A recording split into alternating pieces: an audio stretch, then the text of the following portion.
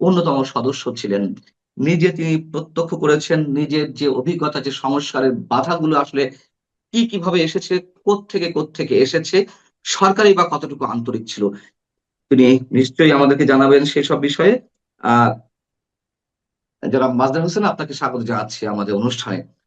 আপনার কাছে যদি সরাসরি আমি প্রশ্ন করি যে বিচার বিভাগ সংস্কারের ক্ষেত্রে যে কমিশন গঠন করা হয়েছিল, সেই সংস্কার কমিশনের সদস্য হিসেবে আসলে এখানে ব্যত্যয়গুলো কোথায় ছিল?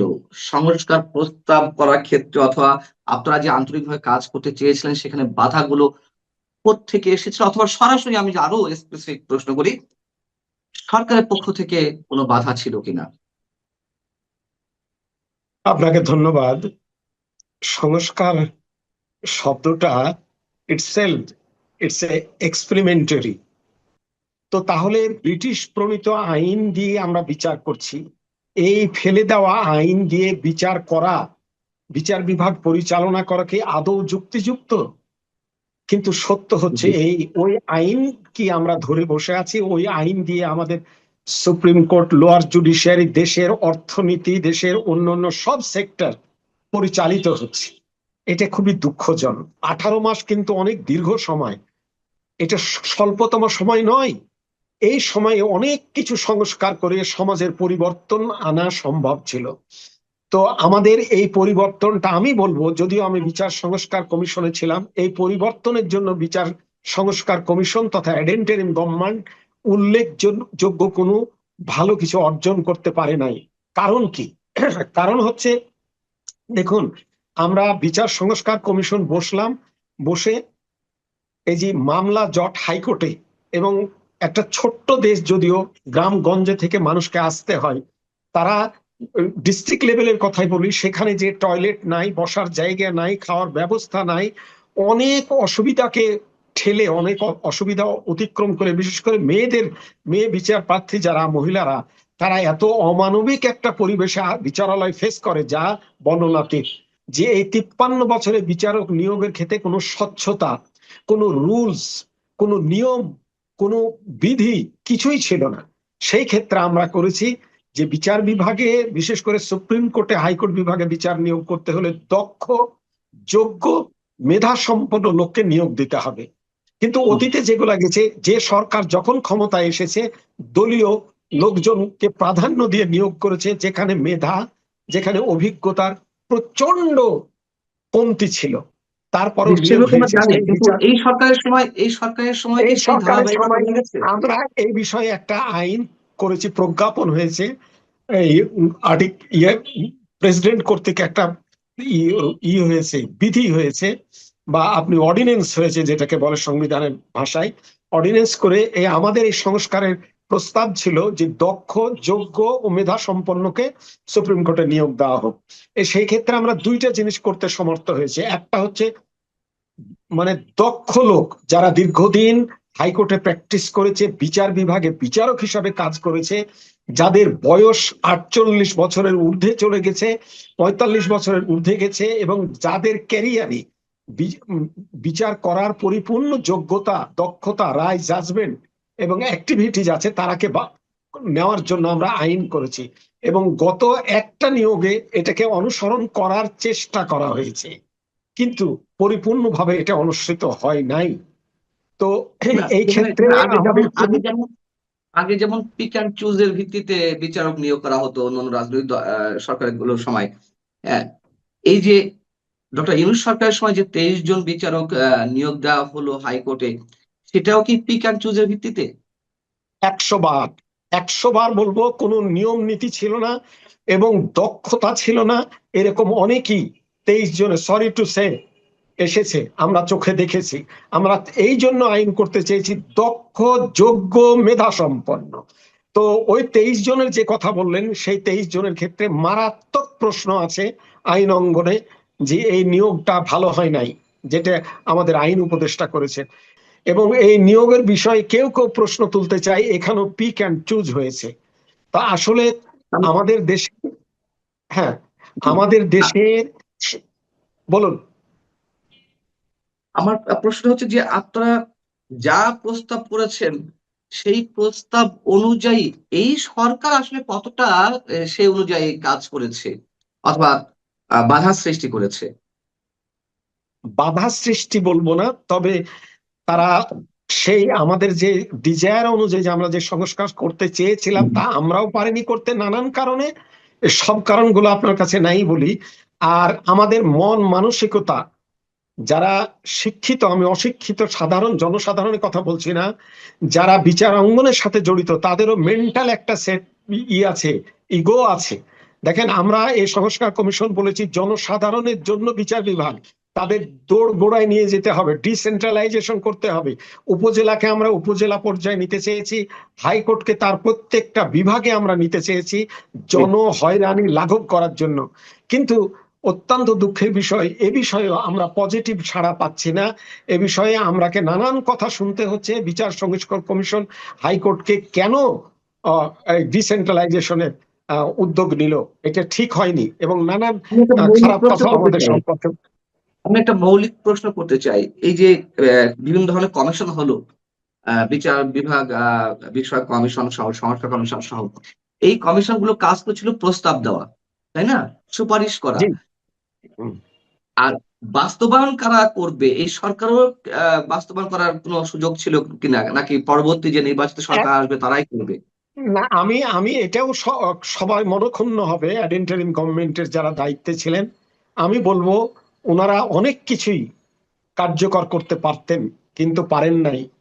কেন পারেন নাই এ প্রশ্নের উত্তর তো আমার কাছে নাই। যেমন আমি পারেনি, খুব পারেনি নাকি করেনি? পারেনি নাকি করেনি? করেনি। উপরন্ত যেটা খারাপ হলো, আমরা পট পরিবর্তনের পরে 5ই আগস্টের পরে জনসাধারণ দেশের উন্নতি চেয়েছিল, সংস্কার চেয়েছিল, ভালো চেয়েছিল।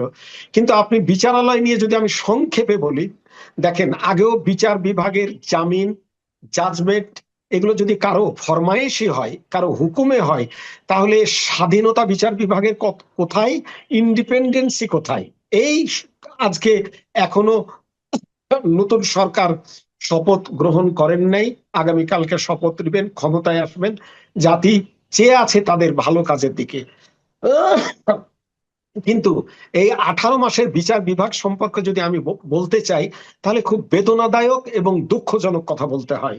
আগের আমলে আমরা দেখেছি, যে দল ক্ষমতায় থাকে সেই দলের লোক অপরাধ করলেও তারা ধরা ছোঁয়ার বাইরে চলে যায়, আর যারা বিপরীতে থাকে তাদেরকে শায়েস্তা করা হয়। গায়েবী মামলার কথা আপনি জানেন, এবং ভুয়া মামলার কথা আপনি জানেন।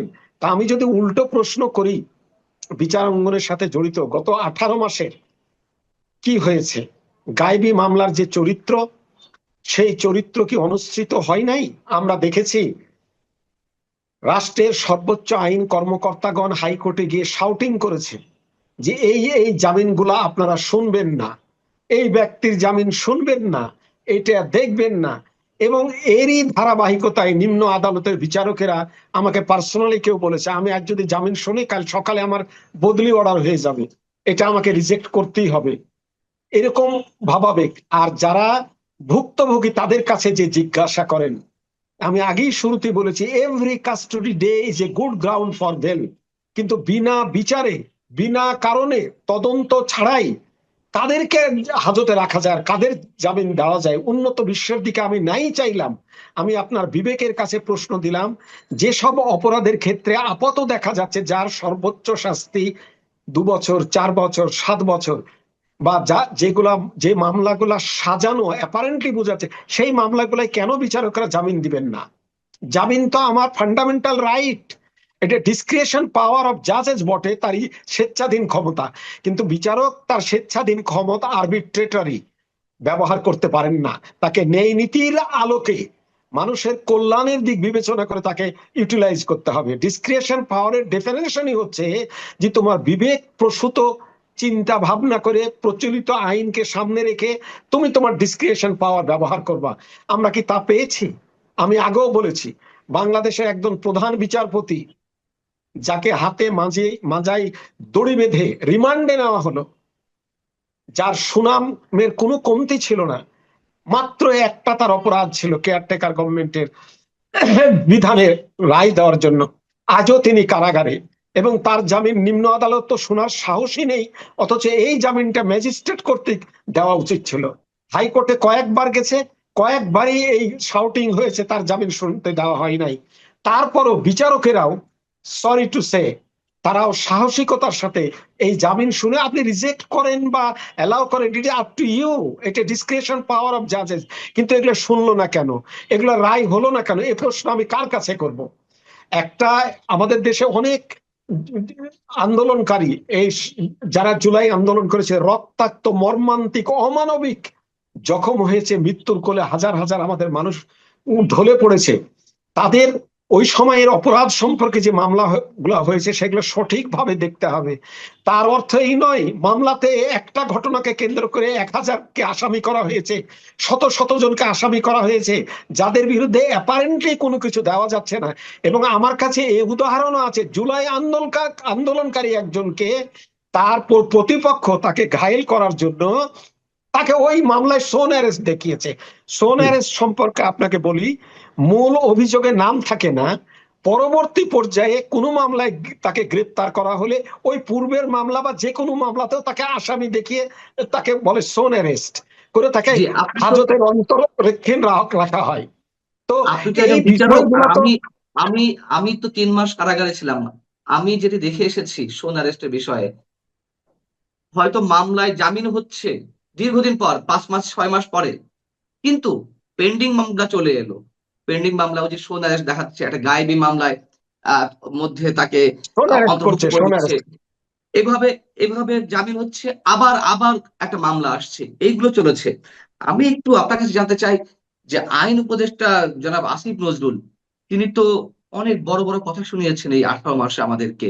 আসলে কি কোনো বড় কাজ হয়েছে, নাকি তিনি নিজেই ক্ষেত্র বিশেষ বাধা সৃষ্টি করেছেন? এটা আমি অস্বীকার করতে পারবো না, তবে স্পেসিফিক কোথায় কোথায় বাধা দিয়েছে এটা বলতে পারবো না। আমি পত্রিকাতে একটা লেখা লিখে বলেছি, আসিফ নজরুল সাহেব জুলাই আন্দোলনকারী এক মহিলাকে, এক শিক্ষার্থীকে অ্যারেস্ট করে রিমান্ডে নিলেন। এটা নিয়ে সারা দেশে হইচই শুরু হয়ে গেল। উনি বললেন ওর জামিন হয়ে যাবে, কয়েক ঘন্টার মধ্যে তার জামিন হয়ে গেল। আমি প্রশ্ন রেখেছি, এটা কি বিচার বিভাগের স্বাধীনতা? অথরিটি ডিজায়ার করলো যেটা সেটা হয়ে গেল, এরকম ঘটনা কি শত শত ঘটনা নাই? বিচারকদের তার জুডিশিয়াল মাইন্ড অ্যাপ্লাই করে বিচার করার স্বাধীনতা আপনি দিবেন না? এখনো বিচার বিভাগে 53 বছরের মধ্যে আপনার ধমকে, আপনার চোখ রাঙানিতে যদি আপনি চালাতে চান, আজকে উচ্চ আদালত সহ নিম্ন আদালতের বিচারকেরা কেন জামিন ধরতে পারছে না? কেন দিল না এই কেয়ারটেকার আমলের 18 মাসেও? এই প্রশ্ন আমি কাকে করব? আমিও তো একজন বিচারক ছিলাম। এটা দেখছি যে আমাদের মাইন্ডসেট এমন ভাবে হয়েছে, ওই যে ব্রিটিশ গোলামি করে করে আমরা যে অবস্থার সৃষ্টি করেছি, আমরা আজও নেই নীতির কে আমরা আফেল করতে পারলাম না। বিবেক নিজের ইচ্ছাকে অবরুদ্ধ করে, পদদলিত করে ন্যায়কে আফেল করার যে বিচারকের মহান ব্রত, সেটা আমরা এক্সারসাইজ করতে পারছি না, both lower judiciary and higher judiciary also. তো এটা ডিজাইরেবল বা জনস্বার্থে না। এই 18 মাসে অন্তত জি, পক্ষে এই সরকারকে দেখাতে হতো যে আমরা নিরপেক্ষ বিচার চাই, আমরা জনসাধারণের মৌলিক অধিকারকে সুরক্ষা করতে চাই। তার চুল পরিমাণকে কিছু দেখাতে পেরেছে? দেখাতে পারেনি। এখনো চাঁদাবাদী হয়েছে, লুটপাট হয়েছে, মব জাস্টিস হয়েছে, তারপর অবিচার হয়েছে। এখানে কি স্বল্পতম সময়, আমি তো মনে করি স্বল্পতম সময়ে এ বিষয়ে মেজারমেন্ট নিয়ে যদি কাজ করতো, ইন্টারিম গভর্নমেন্ট করার ছিল। আমরা কালক্ষেপণ করিনি, 3 মাসের মধ্যে আমরা রিপোর্ট দিয়ে দিয়েছি, 1 মাস মাত্র বাড়ানো হয়েছিল, কিন্তু ইমপ্লিমেন্ট হলো না কেন? এর জবাব কে দিবে? কোন রাজনৈতিক দল তো এসে বাধা দেয়নি। আপনি কেন ইমপ্লিমেন্ট করলেন না? আপনি একটা আইনের, আপনি যে সিভিল প্রসিডিওর কোডের একটা মামলার বোধহয় 12-13টা স্টেপ থাকে, এই একটা আপনার মামলা হিয়ারিং এ, আমি আপনাকে এখন মানে খুব বলিষ্ঠ ভাবে বলতে চাই, যে কোনো আদালতে যান, 15, 20, 25 বছরের প্রচুর সিভিল মামলা পেন্ডিং, 30, 50, 60 বছরের মামলা পেন্ডিং। ক্রিমিনাল মামলার ক্ষেত্রে যাই, ক্রিমিনাল মামলায় 20 বছর হয়ে গেছে, মার্ডার কেস ট্রায়াল হচ্ছে না কেন? আলামত নষ্ট হয়ে গেছে, সাক্ষী মারা গেছে। আপনি সাগর রুমি মামলায় মাত্র 122 বার সময় নিল। এই মামলা যখন ট্রায়ালে যাবে, এর কোনো খুঁজে পাবেন ম্যাটেরিয়াল এক্সিবিট কিছুই খুঁজে পাবেন না আপনি। তাহলে আপনি বিচার করবেন, বিচারককে দোষারোপ করলে তো হবে না যে এরকম একটা হিনিয়াস অফেন্স করেছে এই খালাস দিয়ে দিল। বিচারকের দায়িত্ব হচ্ছে রেফারির দায়িত্ব, উনি দাগ ক্রস করলেই বাঁশি বাজাবেন। তা আপনি সাক্ষ্য প্রমাণ দিবেন না আর বিচারকের কাছে আপনি বলবেন মৃত্যুদণ্ড দিল না। আমি এর আগেও বলেছি, ওই যে পুরাতন ঢাকায় একজন হিন্দু কে কোপালো হলো, বিশ্বজিৎ, বিশ্বজিৎ। রায় হয়ে গেছে, ইমপ্লিমেন্ট হলো না, এর জবাব আপনি কি দিবেন? যদি সদিচ্ছা থাকতো এই ব্যাকলগ রিডিউস করা যেত, এই হিনিয়াস অফেন্স গুলার শাস্তিগুলা কেন কার্যকর করা হলো না? আপনার হাজারটা স্তর করেছেন বা হাজারটা স্টেপ করেছেন, করে আপনি ন্যায় বিচার দ্রুততম সময়ে ডিটারেন্ট পানিশমেন্টকে এক্সিকিউট করার জন্য কোন উদ্যোগ এই 18 মাসের সরকার কি কার্যকর ভাবে গ্রহণ করতে পেরেছে? ভবিষ্যতের জনাব দিকে মজনুর যে ইসলাম সাহেব, পলিটিক্যাল আমি গভর্নমেন্ট আমি আইন আপনার আপনি আইন উপদেষ্টার কথা বলছিলেন। আইন উপদেষ্টা শুধু তো ওই জুলাই আন্দোলনকারী সুরভি নাম করে একজন, সম্ভবত তার ক্ষেত্রেই নয়, তিনি তো স্পেসিফিক্যালি একাধিকবার বলেছেন যে বিচারকরা যেন গড়ে জামিন না দেন, মানে এটি বলার তিনি রাইটস রাখেন কিনা। হ্যাঁ, আবার বলুন আপনি প্লিজ। না, আমি বলছি আপনি তো একজন মাত্র সুরভির কথা উল্লেখ করেছেন, জুলাই আন্দোলনকারী তার জামিন হয়ে যাবে, এটি আইন উপদেষ্টা ফেসবুকে স্ট্যাটাস দিয়ে বলেছেন। কিন্তু আর সবার ক্ষেত্রে যেন গড়ে জামিন না হয়, তিনি একাধিকবার বিচারকদের উদ্দেশ্যে বলেছেন যে এভাবে গড়ে পড়তা জামিন দেওয়া ঠিক হচ্ছে না। এই ধরনের কমেন্ট কোনো আইন মন্ত্রী বা আইন উপদেষ্টা করতে পারেন কিনা? আপনি আমি আমি আপনি যদি আইন অঙ্গনের একজন লোক হতেন, হাইকোর্টে জজ কোর্টে যা আপনার যদি প্র্যাকটিস থাকতো, তাহলে এই প্রশ্ন আপনি আমাকে করতেন না। তারপরও আমি বলি, হ্যাঁ, এই সময়ে অ্যাডেন্টাইন গভর্নমেন্টের সময়েও আইন কর্মকর্তাগণ, আপনাকে শুরুতেই বলেছি, হাইকোর্টে লোয়ার কোর্টে সব জায়গায় বলেছে এই ধরনের জামিন আপনারা শুনবেন না। বাধা দিয়েছে সরকার পক্ষের আইনজীবীরা, মারাত্মক ভাবে এজিটেশন করেছে। এবং অফ দ্য রেকর্ড আমি দায়িত্বহীন ভাবে আমি মনে করি, মেবি আই এম রং, যে হ্যাঁ, প্রচ্ছন্ন ভাবে বিচারকদের প্রতি এরকম একটা ওহী নাজিল করা হয়েছিল। আমি শুরুতেই বললাম, অনেক বিচারককে বলেছি, বলে স্যার জামিন না দিলে পরের দিনই বদলি। তো কি বললাম আমি আপনাকে? বিচার বিভাগ সেই আগের ফরমাইশি এতেই তো চলছে। এখনো সাহসিকতার সাথে ন্যায় বিচার ডিসচার্জ করার মতো মানসিকতা কয়জন বিচারকের আমাদের আছে? আমরা সবাই বিচারকেরা সবাই ভালো, কিন্তু তাদেরকে তো সেই ভালো থাকবার সাহসী জাজমেন্ট দেওয়ার, জামিন দেওয়ার সেই মানসিক পরিবেশ আপনাকে দিতে হবে। না হলে দিব কেন? আমি বিবি বাচ্চা ছেলে মেয়ে নিয়ে স্কুলে পড়ছে, এক জামিন দিয়ে আমি দেশের বাইরে চলে গেলাম, এক জেলা থেকে আরেক জায়গায় চলেছে। বাস্তবতাকে অস্বীকার করা যায় না। বিচার বিভাগের এই এই 18 মাসেও তারা স্বাধীনভাবে বিচারিক কাজ ডিসচার্জ করতে পারেনি। এটা আপামর জনসাধারণ সব সময় আমার কাছে অভিযোগ করেছে, যাদের সাথে কথা বলছে। যেমন আপনি বললেন, আপনি কেন কারাগারে 3 মাস থাকলেন? কি অভিযোগ ছিল আপনার? এজাহারে আপনার নাম ছিল, আপনি সোন অ্যারেস্ট হয়ে আপনি কেন থাকলেন? এর উত্তর তো আপনি বুঝছেন। তাহলে বিচার বিভাগের যদি স্বাধীনতা থেকেই থাকে, বেল দেওয়ার ব্যাপারে যদি কোনো ওহী নাজিল নাই হয়ে থাকে, তাহলে শত শত বিনা বিচারে নির্দোষ লোক এখনো কারাগারে আছে। আপনি আমি আপনাকে চ্যালেঞ্জ ছুড়ে দিতে পারছি, আপনি হাইপার একটা কমিটি করে দেন, আমি 15 দিনের মধ্যে বলে দিতে পারবো যে বিনা বিচারে এবং অহেতুক ওই সোন অ্যারেস্টের মাধ্যমে যাদের অ্যাপারেন্টলি প্রাইমা ফেসি কেস নাই, তাদেরকেও জেল হাজতে আটক রাখা হয়েছে। সেটা আমি সাক্ষী, আমি 2 কারাগার ঘুরে এসেছি, কাশিমপুর কারাগার এবং কেরানীগঞ্জ কারাগার। হাজার হাজার মানুষ নিরপরাধ, তো আপনি তো অপরাধী তার দেখেছিলেন। জামিন হচ্ছে না, অপরাধী জামিন হচ্ছে না, আর একটা মামলা আসছে, 5টা 7টা 10টা 12টা মামলা হচ্ছে, এটা একই হিসাব। আর যারা নিরপরাধ, একেবারে একেবারে নিরপরাধ, তারা কোনো পুলিশকে টাকা দিতে পারেনি, তারা লিয়াজও করতে পারেনি, তারা তদবির করতে পারেনি, এইরকম মানুষকেও দিনের পর দিন বিনা বিচারে, বিচার তো দূর কথা, নিরপরাধ ব্যক্তিদেরকে কারাগারে থাকতে হচ্ছে। আমি এর এইসব জায়গা অন্যতম থেকে। জি। ওর অন্যতম যে বিনা বিচারে কারাগারে থাকতে হচ্ছে, এতক্ষণ যেটা বললাম জামিনের বিষয় বললাম, কিন্তু জি। এই মামলাগুলা যারা কনস্ট্রাকশন করলো পুলিশ, না, আপনি কি অস্বীকার করবেন এখনো মামলা বাণিজ্য হচ্ছে?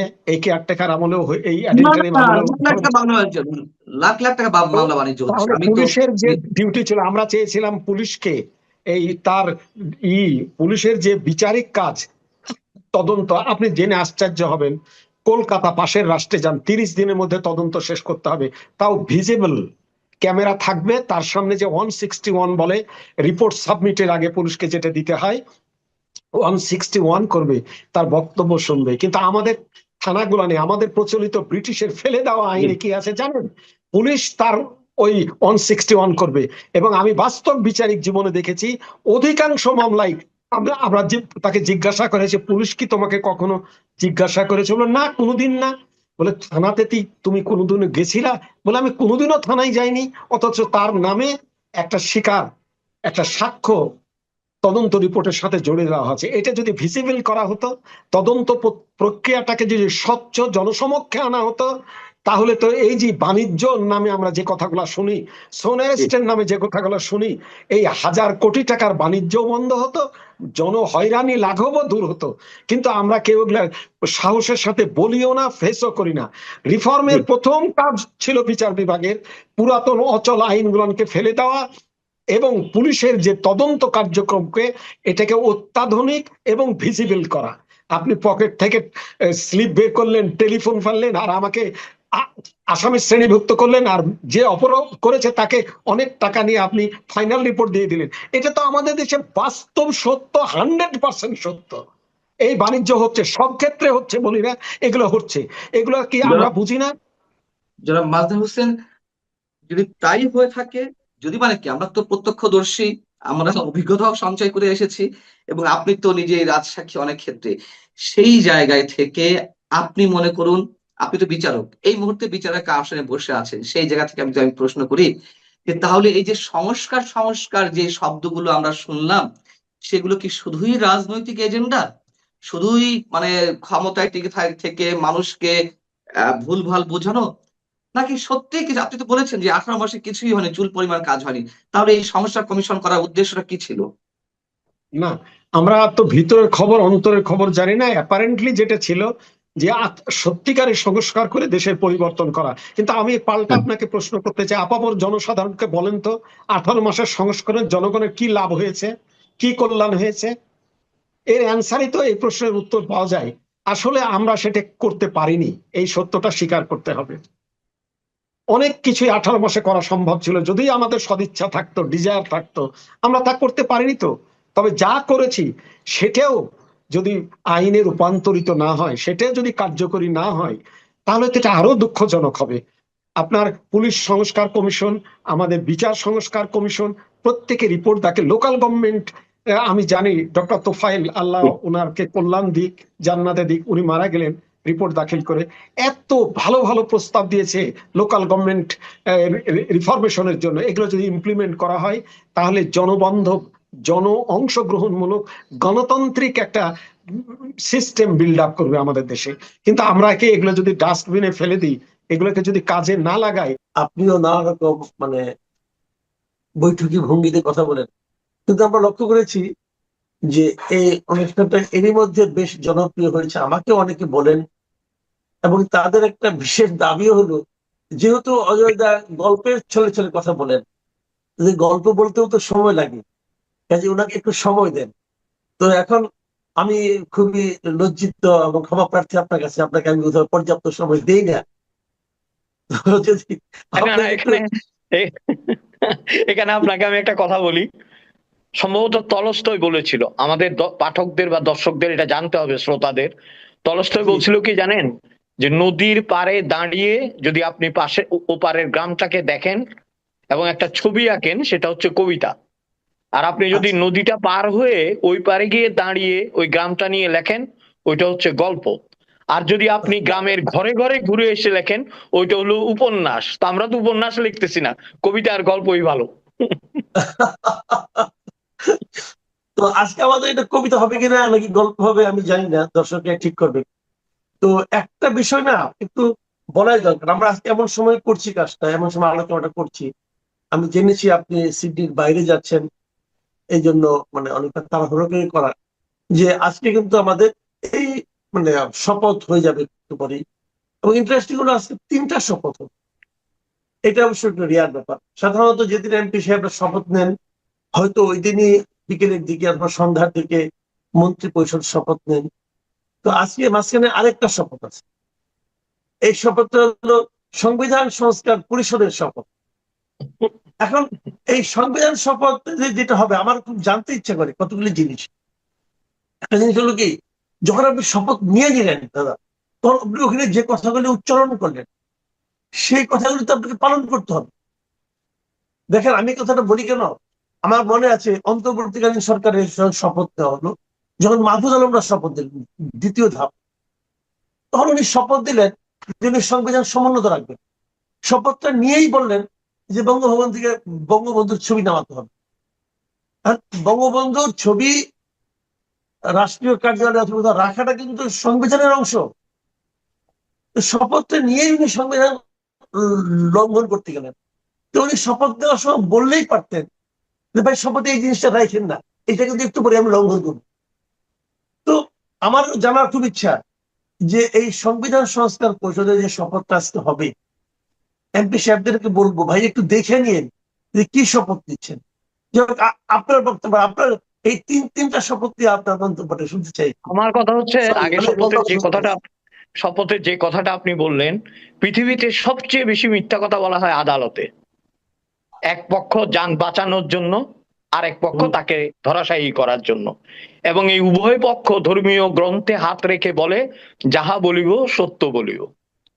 তার আগে চেঞ্জ করতে হবে আদালত থেকে, ওখানে হাত রেখে বলবে যাহা বলিব অর্ধ সত্য বলিব অথবা যাহা বলিব মিথ্যা বলিব। এটার আগে এখন দেখেন, যে কোনো ফাঁসির আসামি তার উকিলও কিন্তু লড়াই করছে যাহা বলিব সত্য বলিব, তাই না? কাজেই সকল শপথকে আপনি শপথ মনে করতে পারেন না। ওই সতীনাথের গানের মতো এমন অনেক কথাই বলো তুমি, কি জানি, ইচ্ছে, হ্যাঁ বলো না, মন থেকে যা বলো না, আবার অনেক তোমার সত্যি কথা আমি ভাবি ছলো না, বুঝছেন? এখন আমাদের দেশে এটা একটা ব্যাপার। কিন্তু আমি প্রথমেই একটা কথা বলি, একটা ক্ষীণ আলোর রেখা কিন্তু মানুষ দেখতে পেয়েছে। বিশ্বাস করেন, দেশে এবং দেশের বাইরে একটা ক্ষীণ আলোর রেখা দেখতে পেয়েছে। কেন জানি মনে হচ্ছে মানুষের যে বুকের উপর থেকে একটা পাথর সরে গেছে। এখন এই যে একটা বুকের উপর থেকে পাথর সরে যাওয়া, যারা এই পাথর, তারা কিন্তু একটুও এটা রিয়েলাইজ করতে পারছে না, এখন পর্যন্ত পারছে না। এই যে আপনি বললেন না যে শপথ গ্রহণ করে শপথ লঙ্ঘন করা, বঙ্গবন্ধুর ছবি নামিয়ে ফেলা। একটু আগেই আমি একটা বিষয়ে মনে মনে ভাবছিলাম যে রাষ্ট্র তো, মাসুদ ভাই, রাষ্ট্র তো একটা সংজ্ঞা। একটা রাষ্ট্র, পতাকা, জাতীয় সঙ্গীত, এগুলো এক একটা অস্তিত্বের বিষয়, যেগুলো কথা বলতে পারে না কিন্তু দেখে, হয়তো নীরবে দেখে কিন্তু বলতে পারে না। এই যে তথ্য উপদেষ্টা, মনে হয় যে রিজওয়ানা ভদ্রমহিলা, সুন্দরী ভদ্রমহিলা, তিনি যে এখন আগ বাড়িয়ে কথাগুলো বলছেন, প্রত্যেকটা কথায় যে এক একটা মার প্যাঁচ দিচ্ছেন সংবিধান বিষয়ে, তারপরে শপথ বিষয়ে। উনি বলছেন স্পিকার শপথ পড়াবেন, এটাই নিয়ম, কিন্তু স্পিকার কোথায় আমরা কেউ জানি না। আপনারা জানেন না মানে? আপনারা এই দেশ চালান, আপনারা কাকে কারাগারে রেখেছেন সেটা জানেন, আপনারা কে বাইরে আছে সেটা জানেন, কে পলাতক সেটা জানেন। শিরিন শারমিন চৌধুরী কোথায় আপনারা জানেন না? বলছে রাষ্ট্র এটা জানে না। রাষ্ট্র তো জানতে পারে না, রাষ্ট্র তো দেখতে পায় না। আপনারা জানালেই রাষ্ট্র জানবে, রাষ্ট্রকে কেন আটকাচ্ছেন? আপনাদের কথা বলেন। রাষ্ট্র যেহেতু মানে রাষ্ট্রের তো অস্তিত্ব, আমি বললাম যে একটা ভিজুয়াল একটা দৃশ্য আমরা দেখি, রাষ্ট্র, রাষ্ট্র তো দেখে না। রাষ্ট্রের দায়িত্বটা আপনি নিয়েছেন, আপনি কেন এই কথা বলছেন? আপনি বলছেন ডেপুটি স্পিকার কারাগারে, আপনি বলছেন, যাই হোক, এই তর্কের মীমাংসা হয়েছে, এখন বলা হয়েছে কে কে শপথ নেওয়াবে বা ইত্যাদি ইত্যাদি। এই যে আমি যেটা বলতে চাচ্ছি আপনাকে, সংবিধান বিষয়ে যদি ন্যূনতম শ্রদ্ধাবোধ থাকতো, আগেও বলেছি আপনার অনুষ্ঠানে, এখনো বলছি, আমেরিকান একজন নাগরিক বাংলাদেশকে এনে এই সংবিধান সংশোধনের নাটকটি তারা করতেন না। এবং আপনি নিশ্চয় জানেন আমাদের দেশের হা না ভোট কিভাবে হয়, এবং যে পরিমাণ না ভোটের পার্সেন্টেজ তারা দেখিয়েছেন কয়া করে, সেখানেই আসলে আমরা ধরে নিয়েছি যে হা ভোট জয়ী হতে পারেনি। জোর করে এই জয়ী করে সংশোধন আমাদের জন্য আসলে এক ধরনের বিপজ্জনক, অ্যালার্মিং মনে হয় সবসময়। কারণ এই সংবিধানটা সংশোধন করার, ধরেন কতগুলো বাক্য পরিবর্তনের জন্য সংবিধান সংশোধন করতে হবে। হানা ভর্তি একটা কথা বলি, মানে একটা ইন্টারেস্টিং হলো, দেখবেন প্রায় 4 লাখ 2 লাখের একটা হিসাব আছে। এর বাইরে কতগুলি ভোট নষ্ট হয়েছে তা জানেন? 70 লক্ষ ভোট নষ্ট হয়েছে। কেন নষ্ট হয়েছে? হ্যাঁ, এখন কেন নষ্ট হয়েছে? আমরা কিন্তু বলবো যে এটা কি তাহলে মূর্খতার কারণে নষ্ট হয়েছে, এটা কি অজ্ঞতার কারণে নষ্ট হয়েছে, অথবা এটাকে লোকে বুঝতে পারেনি তাই নষ্ট হয়েছে? দেখেন এখানে আমি একটু কথা বলি, আমি একটু সময় নেই, আমরা তো আলাপি করি। আমি বলি হ্যাঁ, এটা অজ্ঞতার কারণে নষ্ট হয়েছে। অজ্ঞতার কারণ মানে এরকম যে মানুষ আসলে বুঝতে পারে না জিনিসটা আসলে কি। যেমন আমি আমার অভিজ্ঞতা আপনার সঙ্গে একটু শেয়ার করি। এটা আমি আরো কয়েক জায়গায় বলেছি যে আমি কি করেছি। আমি ভোট দিতে গিয়েছি, আমি কিন্তু এই জুলাই সনদের 84টি পয়েন্টে আমি খুব মন দিয়ে, আমি বোধহয় স্কুলের পরীক্ষার খাতা মানে পরীক্ষার সময় এত মন দিয়ে পড়ি না, খুব মন দিয়ে পড়ছি যে বিষয়টা আসলে কি বুঝি। এখানে না অনেক অনেক ভালো কিছু আছে। এই ভালো কথাটা যখন মনে হয়েছে তখন আমি একটা হার মধ্যে সিল মারছি। সিল মারার পরে আমার কাছে মনে হইলো এখানে তো অনেক কিছু আছে যেটা কনফিউজিং এবং বিতর্কিত এবং ঠিক না, হলে সমস্যা হবে। আমার কাছে মনে হয়েছে, মনে হওয়ার সঙ্গে সঙ্গে আমি আবার নার মধ্যে একটা সিল মেরে দিচ্ছি। তারপরে ভাস করে ফেলাই দিচ্ছি। তো এখন ওই যে 70 লাখের মধ্যে কিন্তু আমি একজন। এখন আমি এটা করলাম কেন? আমি কিন্তু বুঝিনি যে আমি কি করবো। কারণ দুইটাই চাই, হাও চাই কিছু কিছু জিনিস, হা চাই কিছু না চাই। তো পৃথিবীতে কখনো এরকম রেফারেন্ডামের কথা শুনেছেন আপনি? আমি তো সেটাই আপনাকে বলি যে সংক্ষেপে একটা উত্তর দিই আপনার। বিশেষজ্ঞর দুটো সংজ্ঞা আছে, একটা হচ্ছে যে বিশেষভাবে, যেটা হচ্ছে যিনি বিশেষভাবে অজ্ঞ, বুঝতে পেরেছেন, হ্যাঁ, বিশেষজ্ঞ। এখন এরা কি বিশেষজ্ঞ বিশেষভাবে অজ্ঞ? আপনি এটা বললেন, আমার খুব নিকট আত্মীয় আমাকে বলেছে বাংলাদেশ থেকে যে আমি যে হ্যাঁ না ভোটটা দিব, আপনি তো পড়েছেন, পড়েও নেই, সে বলতেছে আমি যে হ্যাঁ না ভোটটা দিব, আমি চার গায়ে হ্যাঁ বলবো কেন, খেয়াল করেন। সে বলতেছে আমার তো যে কোনো এক জায়গায় না বলতে ইচ্ছে করতেছে, আমি কি করব তাহলে? ভেরি এটা কি হচ্ছে? ভ্যালিড পয়েন্ট, কিন্তু বলতেছে আমি দুইটা একমত দুইটা দ্বিমত, আমি তাহলে আমি কিভাবে এই ভোটটা দিতে পারি? খেয়াল করেন আপনি। ভয়ঙ্কর ভয়ঙ্কর। হ্যাঁ, এই যে ওরকম গল্পের ভ্যালিড মধ্যে পয়েন্ট, সে দুইটা বলছে প্রশ্নের, এই দুইটা প্রশ্নের কি একটা উত্তর হয়? এই যে একটা একটা কিন্তু জোকস আছে, হ্যাঁ, আপনি কি সবসময় বলেন গল্প, আমি কিছু করে বলি। এক লোক বলতেছে আরেক ভদ্রলোককে, আচ্ছা ভাই, আগে যে আপনার বাড়িতে নিয়মিত আপনার বউ বউ আপনাকে পিটাতো, ওটা কি এখনো পিটায়? এখন এটা আপনি হা অথবা না দিয়ে কেমন উত্তর দিবেন?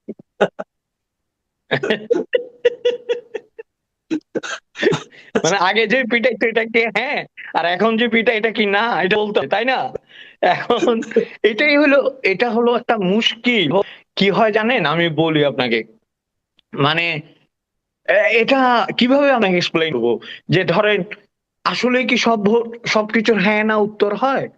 সবচেয়ে গভীরতম ভালোবাসা যখন মানুষের মধ্যে হয় তখন কি মানুষ হ্যাঁ না বলে?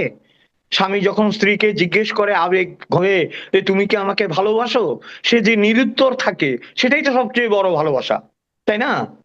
এখন আপনি এই এই যে, আমি মনে করি কি জানেন, বাংলাদেশের অধিকাংশ মানুষ নিরুত্তর থেকে হয়েছে, এইটা তাদের বুঝতে হবে। এবং অনেকে বলেন, এটা আমি তর্কের খাতিরে বলছি, যে বঙ্গবন্ধুর আমলেও সংবিধান সংশোধন হয়েছে, ওই আমলে সংবিধান সংশোধন হয়েছে, এই আমলে হয়েছে। হ্যাঁ হয়েছে, দুটো দুটো ধারা আছে, একটা কলমের আপনার সংশোধন, আর একটা অস্ত্রের হাতে সংশোধন। একটা কলম দিয়ে হয়েছে, একটা ব্যানর দিয়েছে। ব্যানর গুলোর বিরুদ্ধে আমরা বলছি, কলমেরটা আমরা বলছি না কিন্তু। এবং আপনার যেগুলো পরিবর্তন পরিমার্জন হতে পারে সেই শব্দগুলো ব্যবহার না করে আপনি যখন সংশোধন বলছেন, পাঠায় সংশোধনী কারাগারে কাকে পাঠায়? আসামিকে। তা আমাদের সঙ্গে আসামি, তাকে সংশোধন করতে হবে, তাকে পরিবর্তন এবং পরিমার্জন তো করা যেতে পারে। হ্যাঁ, তাকে আপনি পরিবর্ধন করুন, পরিমার্জন করুন, পরিশীলিত করুন, আপনি সংশোধন পুরো টাচ করবেন। আরেকটা কথা আপনাকে আমি বলি, মানুষ কিন্তু এইবারে নির্বাচনে আমার যেটা মনে হয়েছে, এখানে একটু আমি আওয়ামী লীগের কথা বলবো, তারা নিন্দা মানে বলতে মানে এত পার্সেন্ট, ভাই তোমরা একটু কথা বইলো না, কারণ তোমাদের সময় 0% লোকও ভোট দিতে পারে নাই। যদি 30% লোকও সঠিকভাবে ভোট দেয়, ভোটটা কিন্তু হয়েছে। এবং মানুষের হৃদয়ের কথা বলতে না, পড়তে না পারার কারণে আজকে এই দুর্দশা হয়েছে। মানুষ ভোট দিতে চেয়েছে কারণ মানুষ চেয়েছে। এই মুক্তিটা সংবিধান সংশোধনের জন্য চায়নি, এই মুক্তিটা ওই পাথরটাকে সরিয়ে দেওয়ার জন্য। এখন ভালো কাজ যে কিছু না, ভালো কাজে যে আমি আপনি কথা বলছি এটাও একটা ভালো কাজ, কিন্তু এই কথার মধ্যে যদি নোংরামকে, সেটা যদি আমাদের ভালো কথাগুলোকে ছাপিয়ে যায়, মানুষ তো এটা নেই, তাই না? এই জিনিসটা তারা কেন বুঝতে পারেননি আমি জানি না। এবং যখন পশ্চাদাপসরণের সুযোগ হয়েছে, সময় হয়েছে, তারা করলে কিন্তু অ্যাপোলজেটিক বক্তব্য রাখছে, মানে ক্ষমার মতো বক্তব্য রাখছে। এইটা এত দেরিতে হয়েছে ভাই। ওই যে সাপ আর ব্যাঙের মধ্যে দূরত্ব, বুঝছেন? তো ব্যাঙ সাপেরে বলতো তুই এরকম আঁকা বাঁকা চলিস না, একদিন মাইর খাবি। তো সাপ খুব গর্ব করে বলতো বেটা আমার বিষ আছে, তোর বিষ, তুই তো কারোরে কামড়াইতে পারস না, আমারে কেউ মারতে আসবে না। তো বেড়াইতে 2-3 দিন পরে বেড়াই এসে দেখি কি সাপটা শটান সোজা হয়ে শুয়ে আছে। খুব খুশি হয়েছে, বলে আমার বন্ধু তো সোজা হয়ে গেছে। তো কাছে গিয়া বন্ধুরে নাইরা দেখে মারা গেছে। তো ব্যাঙ কানতে কানতে বলতেছে, দোস্ত সোজা হইলি মরার পর, মরার আগে তো সোজা হইলি না, বুঝছেন?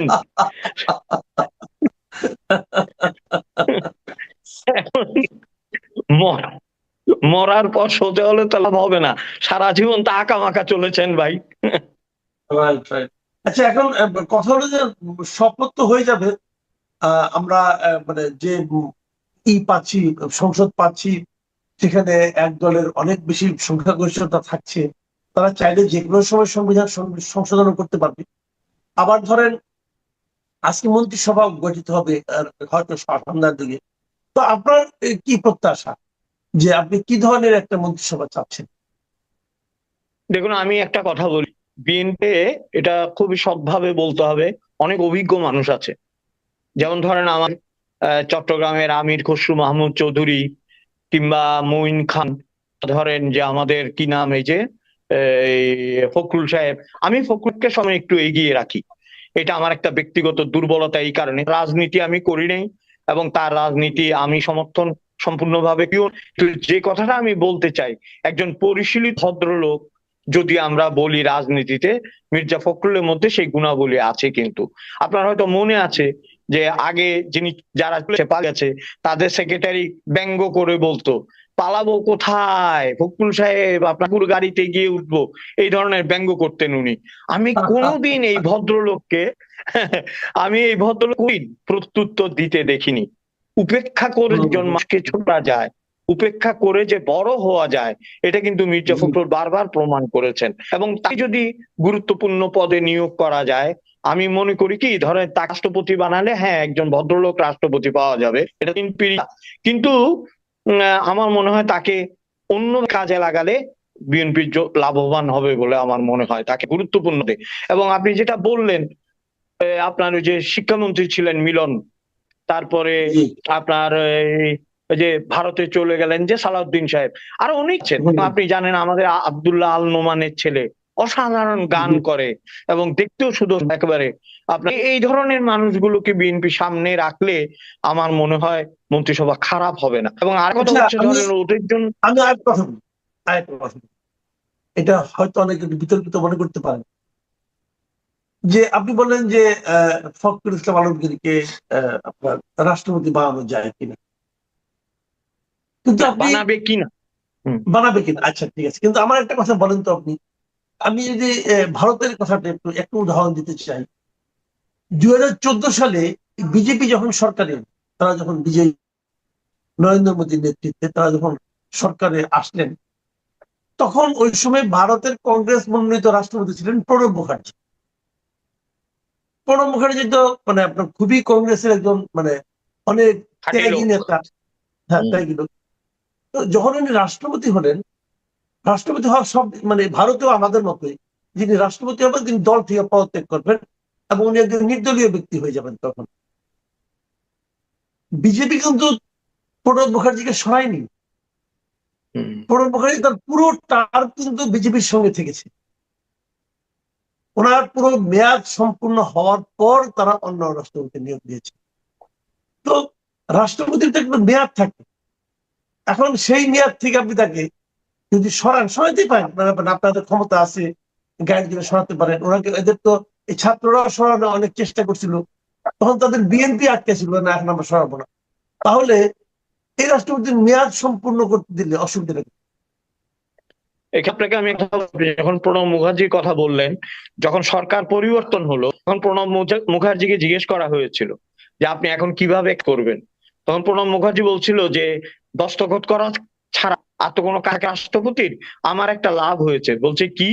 বলছেন হাজার হাজার বই আছে, এতদিন এগুলো পড়তে পারিনি, এখন পড়তে পারবো। বুঝছেন?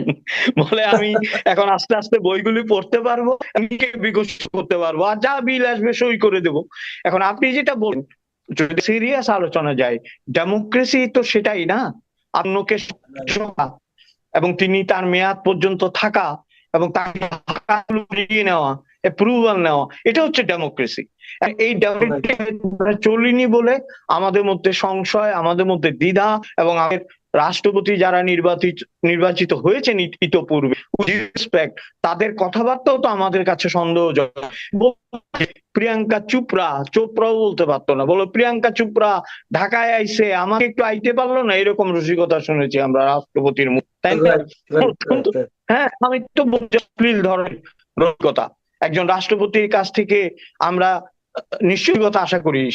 এই যে প্রণব মুখার্জির কথা বললাম, কিংবা ধরেন রাষ্ট্রপতি যারা শিক্ষা দীক্ষায় উন্নত বলে তাদের বক্তব্যদের ম্যাচুরিটি, তাদের কাজগুলো রাষ্ট্রকে সমৃদ্ধ করেছে, সেই রাষ্ট্রপতি যদি ধরেন এখন যিনি রাষ্ট্রপতি আছেন তাকে মেয়াদ পূর্ণ দিলে গণতন্ত্রের একটা ধারা সম্পূর্ণ হবে। এখন তারা যদি মনে করে তাহলে তারা সরাতেও পারে, এটাও একটা ডেমোক্রেটিক প্রসেস। একটা কিভাবে এখন দেখার বিষয় আর কি। জি, আরেকটা ব্যাপার আমি নতুন যেটা আপনার নিশ্চয়ই খেয়াল করেছেন, যে তারেক রহমান সাহেব মানে বিজয়ের পর, বিজয় অনেক বড় বিজয়, ভূমিধস বিজয়ের পর দেখলাম গতকালকে উনি যে ওরা প্রধান প্রতিদ্বন্দ্বী যিনি ছিলেন জামাত ইসলামের আমির ডক্টর শফিকুর রহমান সাহেব, উনি ওনার বাসায় গেলেন, বাসায় যে ওনার সঙ্গে সৌজন্য সাক্ষাৎ করলেন, এবং আরেকজন যে তৃতীয় স্থানে যে দলটা আছে সেই এনসিপি, তারও যিনি আহ্বায়ক নাহিদ ইসলাম, তারও বাসায় গেলেন। আমি এর আগে কখনো বাংলাদেশে এই ধরনের কোনো ঘটনা আমার নজরে পড়েনি, আপনিও নিশ্চয়ই শুনেন। এটা কি আপনার মনে হয় যে আমাদের দেশে একটা নতুন পলিটিক্যাল কালচার শুরু করতে পারে? আমি আপনার এই অনুষ্ঠানে আগেও বলেছি, মানে তারেক রহমান এসেছেন লন্ডন থেকে, ওয়েস্ট মিনিস্টার গণতন্ত্রের সূতিকাগার, ইংল্যান্ডই শিখিয়েছে পৃথিবীকে গণতন্ত্র, সেখান থেকে হয়তো তিনি কিছু শিক্ষা লাভ করেছেন এই তার, এবং বিরোধী দলের নেতা হয়েছেন, আমি আপনি ভিন্ন যত্ন করি না, তারাও জিতে এসেছেন, তাদের সাথে দেখা করা বা আরো তাদের সাথে দেখা করেছে, এটা তো একটা রাজনৈতিক শিষ্টাচার। এই শিষ্টাচারটা যদি আমাদের দেশে বল থাকে, এখন যদি আওয়ামী লীগ ভোটে দাঁড়াতো এবং হেরে তো আওয়ামী লীগের নেতার বাড়িতে যেতেন, আমরা হয়তো খুশি হয়ে যেতাম, কিন্তু ওইখানে যাওয়াতে আমরা খুশি হতে পারিনি। এইটা হচ্ছে আমাদের গণতন্ত্রের প্রতিবন্ধকতা।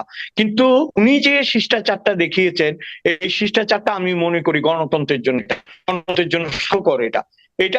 এটার মাধ্যমে উনি ছোট হননি, এটা এবং যাদের কাছে গেছে ধরেন তারা তো পরাজিত হয়েছে অলরেডি, এবং তাদের মধ্যে আপনার ধরেন জামাতের যে আসনের নিশ্চয়তা ছিল, এনসিপি সম্পর্কে ধরেন মন্তব্য করা নিষ্প্রয়োজন আমি মনে করি, কিন্তু জামাত একটি শক্তিশালী দল, সেখানে গিয়ে কথা বলেছেন, সংসদের কিভাবে তারা হয়তো আগামীবারে ডিল করবেন, এই যে একটা ওপেনিং, আমি বলবো যে ওপেনিং, ধরেন ইংরেজিতে একটা কথা আছে, যদি আমাকে জিজ্ঞেস করেন হাউ আর ইউ, এবং আমি যদি আমি বলি আই এম গুড, কারণ আমি আলোচনাটা করলাম, আপনাকে জিজ্ঞেস করলাম না যে হাউ আর ইউ, আমি যদি আপনাকে একটা প্রশ্ন করতাম how are you, it's opening conversation, তখন আপনিও উত্তর দিতেন আছি, তো বলেন দেখি আর কি খবর। কিন্তু আপনি যেই জিজ্ঞেস করলাম ভালো আছিস, আমি আর আপনাকে আগাইতে দিই নাই। হ্যাঁ, এই ক্লোজ কনভারসেশনের চাইতে ওপেনিং কনভারসেশনটা কিন্তু আমার কাছে মনে হচ্ছে। এবং এখানে একটা ব্যাপার আছে, ধরেন এই আমাদের দেশের স্বর্গ নরকের টিকিট বিক্রির একটা ব্যাপার ছিল না, ওরা তো যে কোনো পারেনি। আমি মনে করি কি, এখানে একটা ছোট্ট জোকস আমি বলি, আমি কোনো রাজনৈতিক দলের বলছি না, স্বাভাবিকভাবে বলছি আর কি। আপনার কলকাতায় এক জ্যোতিষীর কাছে তো গিয়ে, ভাই আমার হাতটা দেখেন, পরে জিজ্ঞেস করছে ভাই কি স্বর্গে যেতে পারবো? তো জ্যোতিষী বলছে হ্যাঁ কেন, করে দিচ্ছি। বলছে বলেন কি? হাতটা দেখে বলতে স্বর্গের একদম বিশিষ্ট জায়গা, বলছে এটা তোমারে দিয়ে দাও, মৃত্যু এটা তোমার জন্য নিশ্চিত। তো লোকটা বলতেছে আচ্ছা আচ্ছা অনেক ধন্যবাদ, অনেক, এবার আমার কিনা দাও। বলছে দক্ষিণ দিবি না, সরকারের এত বড় একটা জায়গা দিছি বেটা, দক্ষিণা দিবি না? আমার পা দিবি? কয় কি? কয় ওই যে ধর্মতলার মোড় যেটা, ওইখানে যে মাঠটা আছে এটা আপনারে দিলাম। আর একটা বলে যে ওই যে কলকাতা যে এখানে আছে এটা আপনারে দিলাম। বলে হারামজাদা আমার সাথে তুই ফাজলারস, তোর বাপের জায়গা যে তুই আমারে দিলি, সবই আপনার, আপনি আমারে দিলেন, এটা কেমনি দিলেন আপনি? না, এবার আমাদের নির্বাচনে তো এরকম অনেক বেহেস্টের টিকিট বিক্রি করা হয়েছে, কিন্তু ওইটার জি। প্রতি মানুষের লোভ একটু কম মনে হতো। আমি ভেবেছিলাম সবাই বোধহয় ঝাঁপিয়ে পড়বে, লোভ কম। এটা জানেন, আমরা অনেক জাতি সবকিছুকে আমরা সস্তা করে ফেলি। হয়তো চেয়েছিল এক জিনিস, ওটা হয়ে গেছে আরেক জিনিস, এবং এটা ভাবে। আমার তো মনে হয় ধরেন এইটাও ব্যাপার, এবং নারী শক্তিকে যারা উপেক্ষা করেছে বাংলাদেশে তারা টিকতে পারেনি, এটা কিন্তু মানতে হবে। মানে আমাদের দেশের নারীকে অপমান করলে সেই উত্তরটা কিন্তু ঠিক ঠিক ভাবে ফিরে আসে। এই মাথায় রাখতে হবে সব দলকে, আমার মনে হয় যে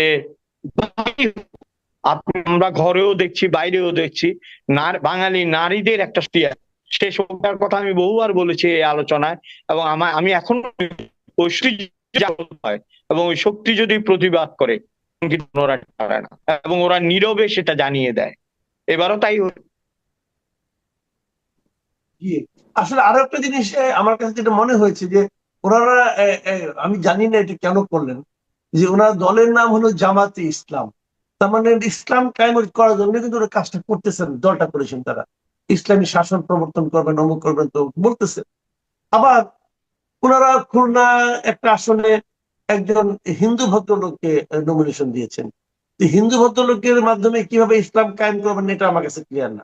আবার হিন্দু ভদ্রলোক উনি ওনার ধর্মকে ছেড়ে যদি ইসলামই কায়েম করবেন তাহলে ধর্ম ত্যাগ করে আসেন, অসুবিধাটা কি? বাট এই জিনিসটা কিন্তু আলটিমেটলি যে আসলে তাকে নমিনেশন দিয়েছিলেন ওইখানে কিন্তু এই যাবৎকালে আমার যতটুকু আমি জানি কোন মুসলিম জয়লাভ করতে পারেনি। একবার মাত্র 96-এ শেখ হাসিনা ওখানে দাঁড়িয়েছিলেন এবং উনি জিতেছিলেন। জিতে ওনারা এবার সরকার গঠন করেছিলেন। সরকার গঠনের পর ওই অস্ত্রটা উনি ছেড়ে দিয়েছেন এবং উপনির্বাচন হয়েছে। উপনির্বাচনে আওয়ামী লীগের পক্ষ থেকে একজন মুসলিম ভদ্রলোককে নমিনেশন দেওয়া হয়েছিল। তখন ওই মুসলিম ভদ্রলোক হেরেছেন আরেকজন স্বতন্ত্র হিন্দু ক্যান্ডিডেটের কাছে। হিন্দু আছে, হ্যাঁ। এইবারই প্রথম জামাতের হিন্দু ক্যান্ডিডেট ওখানে হেরে গেলেন একজন মুসলমান ভদ্র। আমি ধর্মীয় বিভেদটা আনা উচিত হয় নাই, কিন্তু আমি অবস্থাটা ব্যাখ্যা করার জন্য বলছি। তার মানে এখানে বোঝা যাচ্ছে যে এইভাবে মানে অভিনয় করে হয় না বোধ হয়। আর একটা জিনিস মনে রাখতে হবে, ঈশ্বর, আল্লাহ, গড বুঝেছে ধান্দাটা কি। ওই ধান্দাকে তো করা যাবে না, জড়িত করা যাবে সরলতাকে। আপনি ধান্দা তো লুকাতে পারবেন না তার কাছে। ধর্ম তো যার যার অন্তরে থাকবে, তাই এটাকে আপনি ধান্দায় নিয়ে আসছেন কেন? এই জায়গাটা যে প্রবলেম হয়ে গেছে আর কি। যা হোক, তারপরেও আমরা নির্বাচন দিতে পেয়েছি। আপনি যেটা বললেন যে আসলে কিন্তু ভোট দিতে পারে অনেকেই খুব আনন্দ পেয়েছে, এবং ভোটের যে পরিবেশ, আমি কালকে গিয়েছিলাম, আমি তো নিজে ভোট দিয়েছি পরশু 2 দিন আগে। পরিবেশটা কিন্তু আমার কাছে ভালো লেগেছে। আর একটু বেশি উপস্থিতি হলে হয়তো আরো একটু ভালো হতো। এবং আমার মনে হয় যে আওয়ামী লীগের অনেকে হয়তো ভোট দেয়নি। আপনার কি মনে হয়? আমার মনে হয় 3টা কারণ। আমার মনে হয়েছে এটা কারণ হচ্ছে যে হ্যাঁ না জটিলতা, তারপরে ধরেন যে দীর্ঘ সময় না দেওয়ার যে ঐতিহ্য ইতিহাস, এগুলো মিলে মানুষ কনফিউজ। এটা হলো নাম্বার 1 আমার মনে হয়। আর নাম্বার 2 হচ্ছে আপনার, আপনি আবাহনী আর ইস্টার্নের খেলা দেন, মোহনবাগান দেন, কোনোদিন জমবে না যতক্ষণ মোহন আর আবির খেলা না হবে। বুঝছেন? সাউথ আফ্রিকা, ইংল্যান্ডও শক্ত টিম, কিন্তু মাঠে মানুষ হয় না। পাকিস্তান ভারতের কাছে 15 বছর হারতেছে, কিন্তু ভারত খেলা হইলেই মাঠ। বুঝছেন আপনি? মাঠ বহুত মানে কি, মানে মিডিয়া ছাপিয়ে পড়ে। ওইখানে একটা শক্তিশালী মোহামেডান খেলে মানে আওয়ামী লীগ থাকলে বা আবাহনী থাকলে খেলাটা জমতো, এইটা একটা কারণ। আর হচ্ছে যে শেখ হাসিনার আহ্বান অনুযায়ী ভোট দিতে যায়, এইটা very superstitious, I believe, very few. এটার পরিবর্তে আমি করি ওইটা করেনি, আমার মনে নেই। আমার মনে হয়েছে আরেকটা জিনিস হচ্ছে মানুষ এই পর্যন্ত যে মব আচ্ছা, এটা তারেক রহমান সাহেব বলতে পারবেন, আমি সেটা জানি না।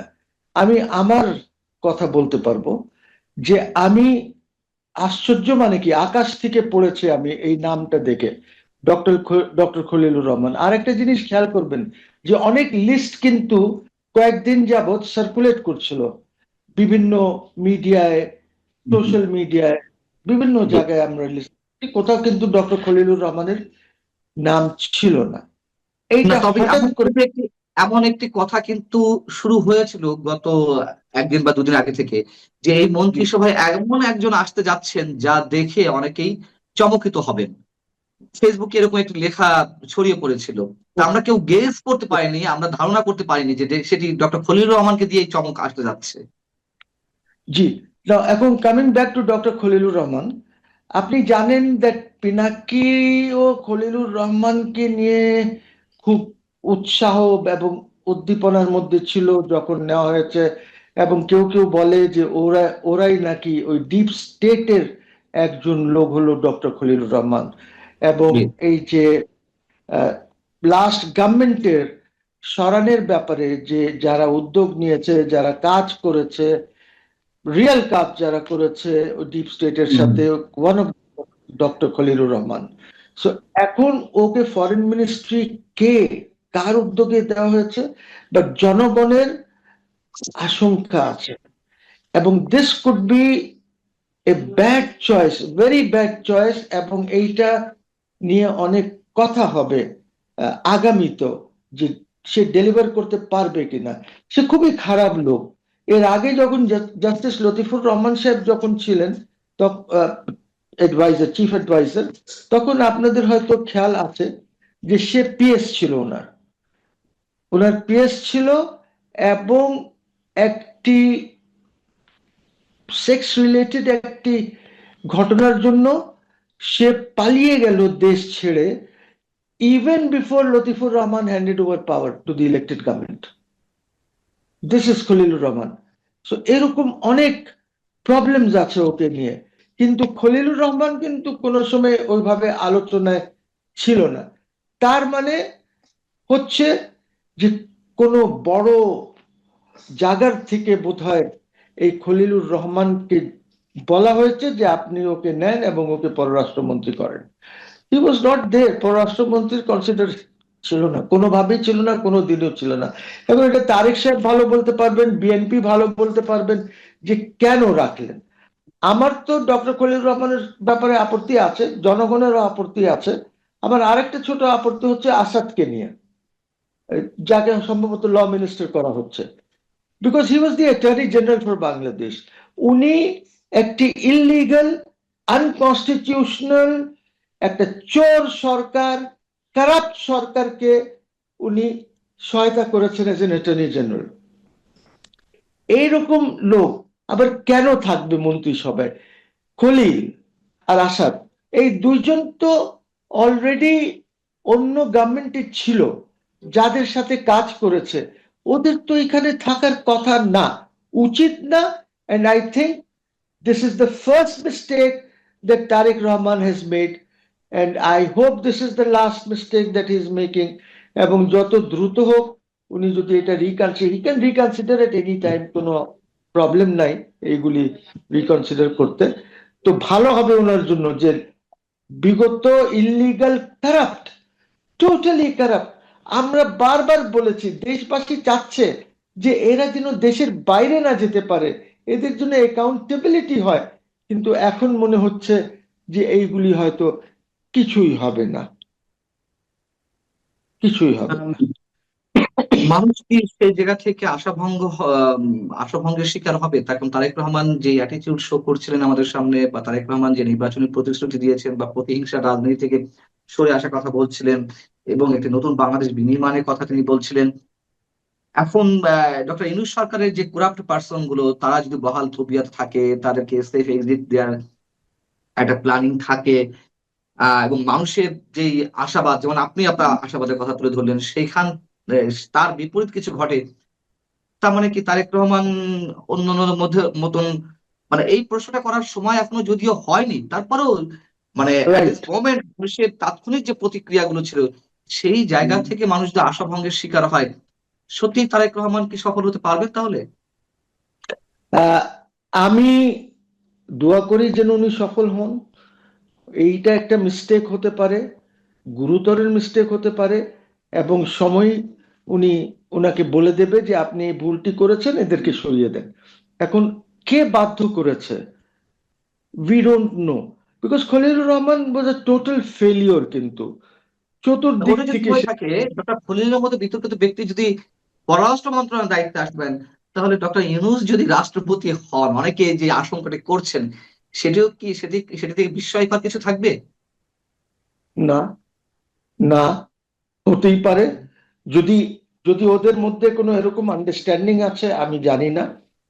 হয়তো deep state is behind this, আমি জানি না। বিকজ আপনারা জানেন করিডোর নিয়ে যে খলিলুর রহমানের যে ব্যাপারটা ছিল করিডোর নিয়ে, এই করিডোর নিয়ে তো যদি আর্মি ইন্টারভিউ না করতো, খলিলুর রহমান তো করিডোর দিয়ে দিয়েছিল, হয়তো আজকে আপনার এই নকশাটা, মানচিত্রটা হয়তো থাকতো না। মানে বাংলাদেশের মানচিত্রের কথা বলছি। তো this is a very bad choice, but নিশ্চয়ই ভিতরে কিছু আছে। হয়তো উনি জানেন, তারেক রহমান সাহেব জানেন যে এইটা উনি কেন করলেন বা কেন খলিলের প্রয়োজন হলো। বাট আই এম শিওর যে এই জিনিসটা আন্ডার প্রেশার হয়েছে, and it has to be a বিদেশি pressure. We have succumbed to that pressure. এবার একটু সাংবিধানিক জায়গায় আসি। ডক্টর আলী রিয়াজ শুরু থেকে বলে আসছিলেন, জুলাই সনদ অনুযায়ী এই যে গণভোট এবং জাতীয় সংসদ নির্বাচন, তার মাধ্যমে অন্তত জাতীয় সংসদ নির্বাচনের মাধ্যমে যারা নির্বাচিত হচ্ছেন তাদেরকে দুটি বিষয়ে ওথ নিতে হবে, একই সঙ্গে সংসদ সদস্য হিসেবে এবং একই সাথে আহ সংবিধান সংস্কার পরিষদের সদস্য হিসেবে। বিএনপি খুব সুকৌশলে মাথা মাথা ঠান্ডা রেখে তারা হয়তো কোনো একটা ষড়যন্ত্রের গন্ধ পাচ্ছিল, স্ট্রেট জানিয়ে দিল শপথ নেওয়ার আগ মুহূর্তে ওই পক্ষেই সালাউদ্দিন আহমেদ বললেন যে না, তারা এখন এই সংবিধান সংস্কার পরিষদের সদস্য হিসেবে শপথ নিচ্ছেন না। হয় জামাত ইসলামী এবং এনসিপির সংসদ সদস্যরা দুটি বিষয়ে শপথ নিয়েছেন। এর মধ্য দিয়ে কি কোনো জটিলতা সৃষ্টি হতে যাচ্ছে মানে সংসদ অধিবেশন শুরু থেকে এবং সরকার গঠনের সাথে সাথে? দেখেন, আপনি জানেন আমাদের সংবিধানের প্রভিশন হলো যে ফার্স্ট সেশনে এই যত অর্ডিন্যান্স 80-90টা যে কয়টাই অর্ডিন্যান্স আছে, এই অর্ডিন্যান্স গুলি প্লেস করতে হবে।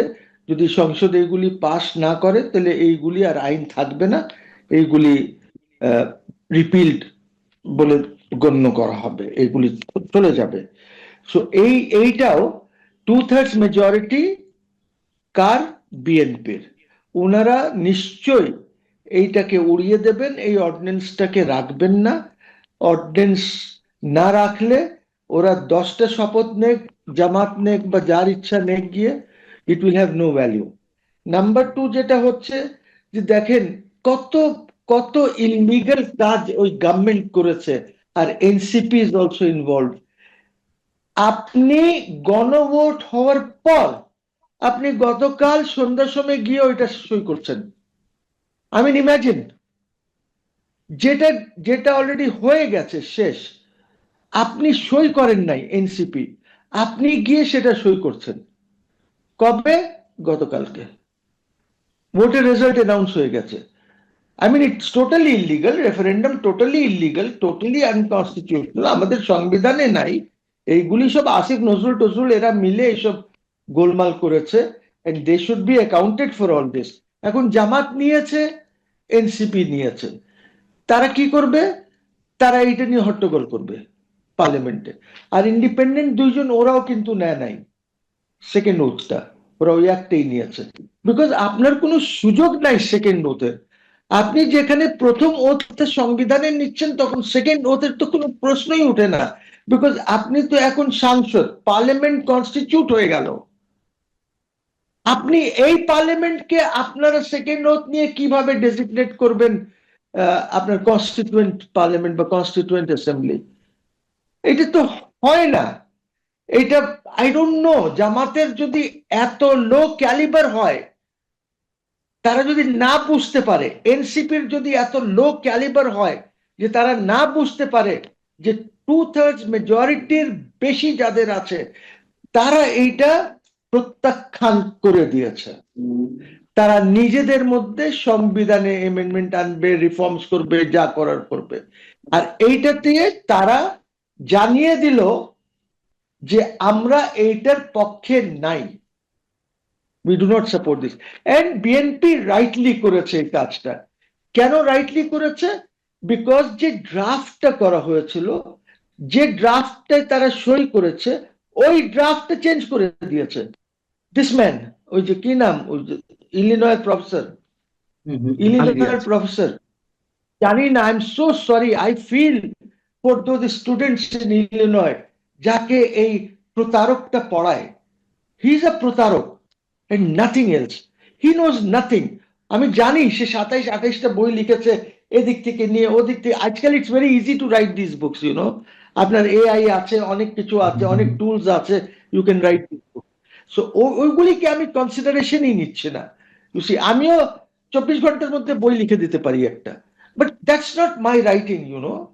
সো আমার কথা হচ্ছে যে BNP has done the right thing, এবং আমি বিএনপিকে অভিনন্দন জানাই যে তারা বুঝতে পেরেছে যে আমাদের এই সেকেন্ড ওথ মত এগুলিতে গেলে আমাদের ভরা ডুবি হয়ে যাবে একদম।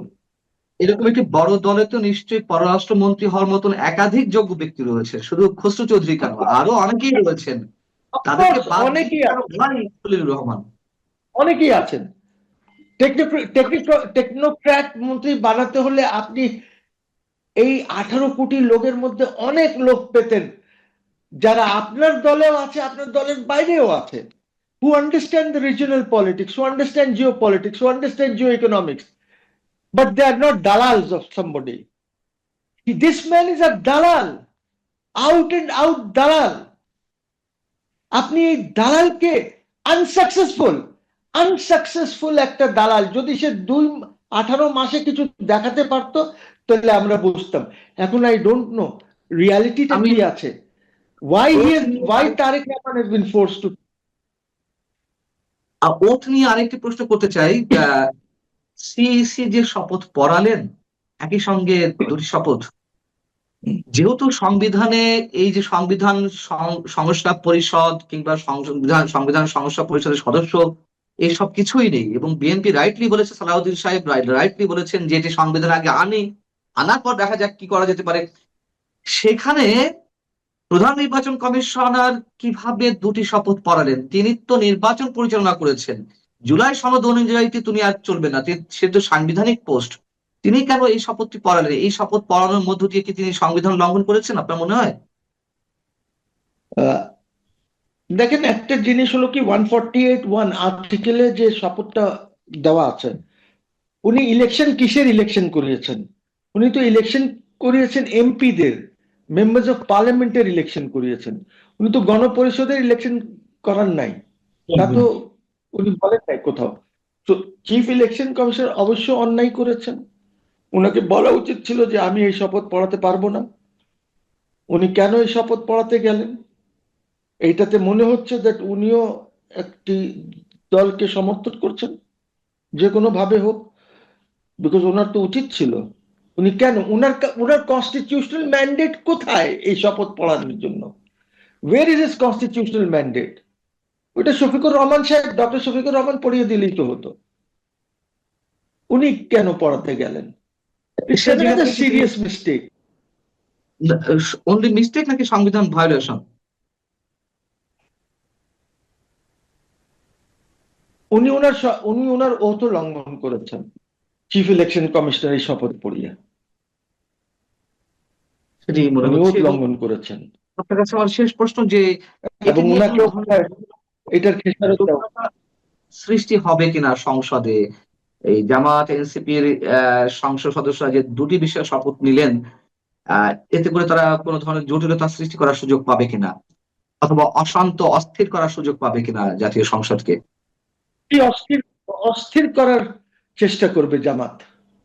জামাত দেখেন আবার হিস্টোরিক্যালি একটা মিস্টেক করেছে, 47 এ মিস্টেক করলো, 71 এ মিস্টেক করলো, এখানে আইসা আবার একটা মিস্টেক করে দিল। Error, this is serious error. যখন ওরা দেখলো যে এই বড় দল নিল না, ওনারা কেন নিতে গেলেন?